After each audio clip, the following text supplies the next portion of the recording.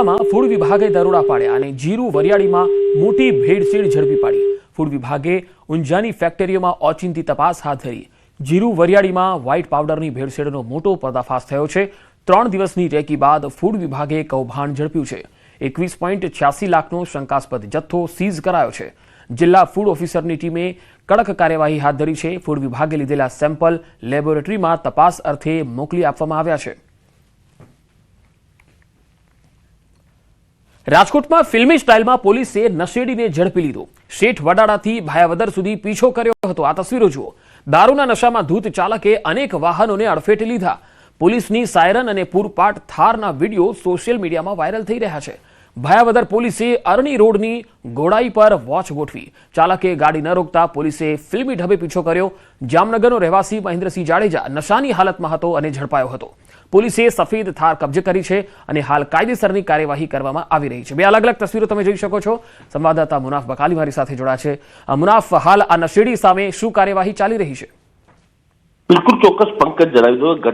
આ ઘટનાની શરૂઆત જામનગર જિલ્લાના શેઠ વડાળા પોલીસ સ્ટેશન વિસ્તારથી થઈ હતી અને એક સફેદ કલરની કાર થાર હતી। થાર કાર જે ચાલક દારૂ પીધેલ હાલતમાં બેફામ રીતે ગાડી ચલાવી રહ્યો હતો, તેને રસ્તામાં અનેક વાહનોને હડફેલે લીધા હતા અને આ લોકો જીવ જોખમમાં મૂક્યા હતા। શેઠ વડાળા પોલીસે 112ની ટીમ તેની પાછળ પડી હતી, પરંતુ તે ઉભો જ ન રહ્યો હતો। ત્યારબાદ ભાયાવદર પોલીસે જાણ કરવામાં આવતા પોલીસ અરણીના રોડના ગોરાઈ પર વોચ ગોઠવી રસ્તા રોકવાનો પ્રયાસ કર્યો હતો।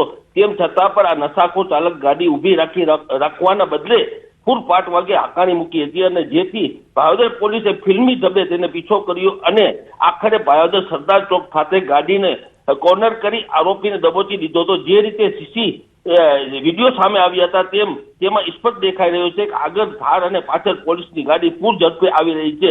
પોલીસ અંગે આ તપાસ કરવામાં આવી રહી છે કે ઝડપાયેલ આરોપી જામનગરના મચ્છનગર વિસ્તારનો રહેવાસી મહેન્દ્રસિંહ ભૂપતસિંહ જાડેજા છે। તે દારૂના નશામાં હોવાનું જણાવ્યું હતું। ભાયાવદર પોલીસે આરોપીને પકડી આગળની કાયદેસરની કાર્યવાહી માટે શેઠ વડાળા પોલીસ સ્ટેશન કર્મચારીઓને સોંપીને આપી હતી।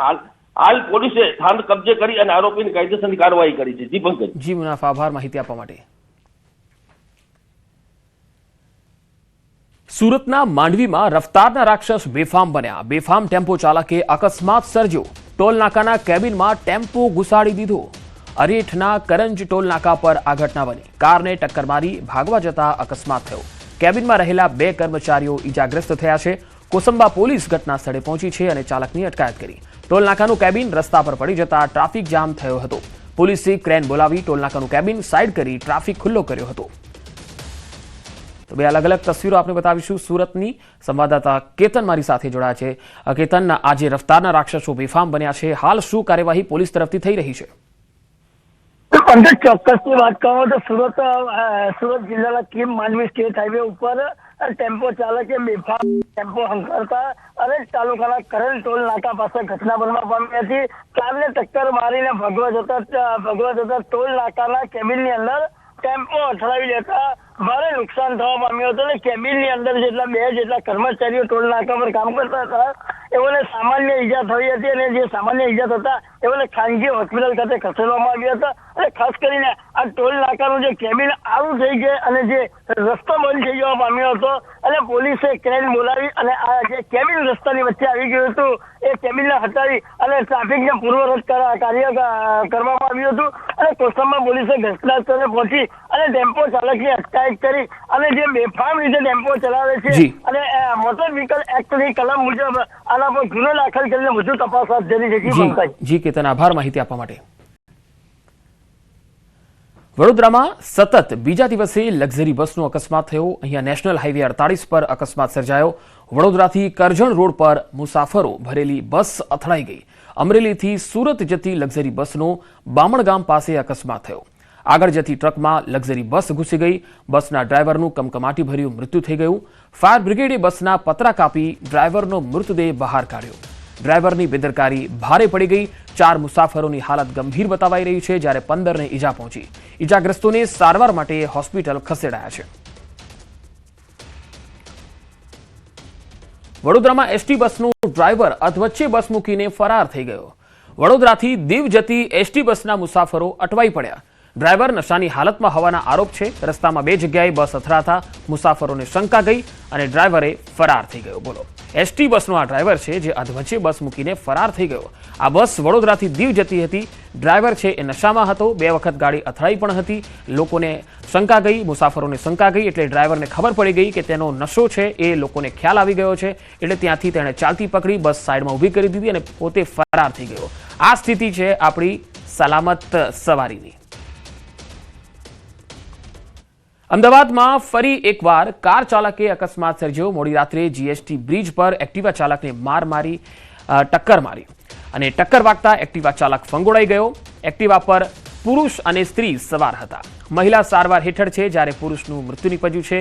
અસારવા સિવિલ ખાતે મહિલા અને પુરુષને ખસેડવામાં આવ્યા. અકસ્માતમાં પુરુષ બ્રિજ પરથી નીચે પટકાયો.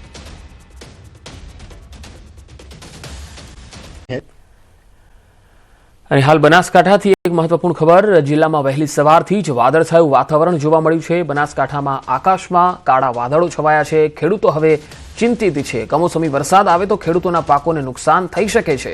ઘઉં, રાયડો અને બટાકા, વરિયાળી આ પાકો બનાસકાંઠામાં ખેડૂતોએ વાવ્યા છે. તેમને નુકસાન જવાની ભીતિ છે. વાતાવરણના બદલાવથી ખેડૂતો ચિંતામાં મુકાઈ ગયા છે. વધુ માહિતી મેળવીએ. બનાસકાંઠાથી સંવાદદાતા કિશોર તુવર જોડાયા છે. કિશોર, બનાસકાંઠામાં કયા કયા વિસ્તારોમાં વાતાવરણમાં પલટો છે? બનાસકાંઠા જિલ્લાના અમીરગઢ, પાલનપુર, ડીસા, ધાનેરા તેમજ દાંતીવાડા વિસ્તાર જે છે તે વિસ્તારની અંદર વહેલી સવારથી જ વાદળછાયું વાતાવરણ જોવા મળી રહ્યું છે. આકાશમાં વાદળો છવાતા અત્યારે ખેડૂતો ચિંતિત બન્યા છે, કારણ કે જો કમોસમી વરસાદ આવે તો ખેડૂતોના પાકને નુકસાન થઈ શકે છે. મહત્વની વાત તો એ છે કે ઘઉં, રાયડો, બટાકા, વરિયાળી જેવા તૈયાર પાકો અત્યારે થયા છે. અને જો વાતાવરણમાં બદલાવ થયો છે અને લઈને જો કમોસમી વરસાદ થાય તો જે ઘઉં, રાયડો, બટાકા, વરિયાળી જેવા જે પાક વાવવામાં આવ્યા છે તેમાં નુકસાનની ભીતિ અત્યારે સેવાઈ રહી છે. તેને લઈને બનાસકાંઠાના ખેડૂતો જે છે તે ચિંતિત બન્યા છે. પંકજ. જી કિશોર, આભાર માહિતી આપવા માટે. તો બનાસકાંઠા જિલ્લામાં વહેલી સવારથી જ વાદળછાયું વાતાવરણ છે અને મોટાભાગના તાલુકાઓમાં હાલ આ જ પ્રકારનું વાતાવરણ જોવા મળી રહ્યું છે, જેથી ખેડૂતો ચિંતિત છે. એક તરફ ઉત્તર ભારતમાં પણ બરફવર્ષાનો માહોલ છે. જમ્મુ કાશ્મીરમાં ભારે બરફવર્ષા થઈ રહી છે. અનેક વિસ્તારો અને રસ્તાઓ છે જ્યાં બરફમાં ગરકાવ છે. શોપિયાના તહેસીલમાં પાર્ક કરેલા વાહનો બરફમાં ગરકાવ થયા. આ તસવીરો તમે જોઈ શકો છો, જ્યાં જે દ્રશ્યો આવી રહ્યા છે. બરફમાં જે વાહનો છે એ જાણે ગળાડૂબ થઈ ગયા હોય. આ પાર્કિંગમાં મૂકેલા વાહનો છે, પરંતુ બરફ એટલો પડ્યો, હિમવર્ષા એટલી થઈ છે કે આ બધા જ પાર્કિંગમાં મૂકેલા વાહનો છે એ બરફમાં ગરકાવ થઈ ગયા છે. શોપિયાથી આ તસવીરો આવી રહી છે, જ્યાં પાર્ક કરેલા વાહનો બરફમાં ગરકાવ થયા. તો જમ્મુ કાશ્મીરમાં 8 દિવસની ભારે હિમવર્ષા પછી શોપિયાના બજારો ફરીથી જીવંત થઈ ઉઠ્યા. અચાનક થયેલી હિમવર્ષા પછી ડેપ્યુટી કમિશનરની સૂચનાથી મુખ્ય શહેરમાંથી લગભગ 80% બરફ દૂર કરવામાં આવ્યો, જેનાથી લોકોને પણ રાહત થઈ છે. કોંગ્રેસ નેતા હાજી મોહમ્મદ યુસુફે જિલ્લા વહીવટીતંત્ર અને સ્ટાફનો આભાર માન્યો. આ સાથે તેમણે મ્યુનિસિપલ કાઉન્સિલરના કાર્યકારી અધિકારી સોહેલ અહેમદ પાસેથી તક મસ્જિદ વિસ્તારમાંથી બરફ સંપૂર્ણપણે દૂર કરવાની માંગ કરી. अब जब बर्फ आया आहिस्ता आहिस्ता क्लियर हो जाएगा इंशाअल्लाह रहमान. अब कुछ परसेंट जो बाकी रहा, ये बाजार के हालात देखिए आप. पहले रोडों की कनेक्टिविटी हो गई, अब ये बर्फ हटाना है, इसके लिए तो आज लिफ्टिंग हो रही है जनाब. હિમાચલ પ્રદેશના શિમલામાં ભારે હિમવર્ષા થઈ રહી છે. ડોડરાકવારમાં -6 ડિગ્રી તાપમાન નોંધાયું છે, જ્યાંથી તસવીરો આવી રહી છે. આવી ધ્રુજારી ઉપજાવી દે એવી ઠંડીમાં 4 ફૂટ જેટલા બરફના થર વચ્ચે પણ કર્મચારીઓ ફરજ બજાવતા નજરે પડે છે. રસ્તા હોય કે પહાડો, ચારે તરફ બરફના થર છે. વૃક્ષો પર જાણે લીલોતરી ગાયબ થઈ ગઈ હોય તેમ લાગે છે. વૃક્ષો પર પણ બરફના થર જામી ગયા છે.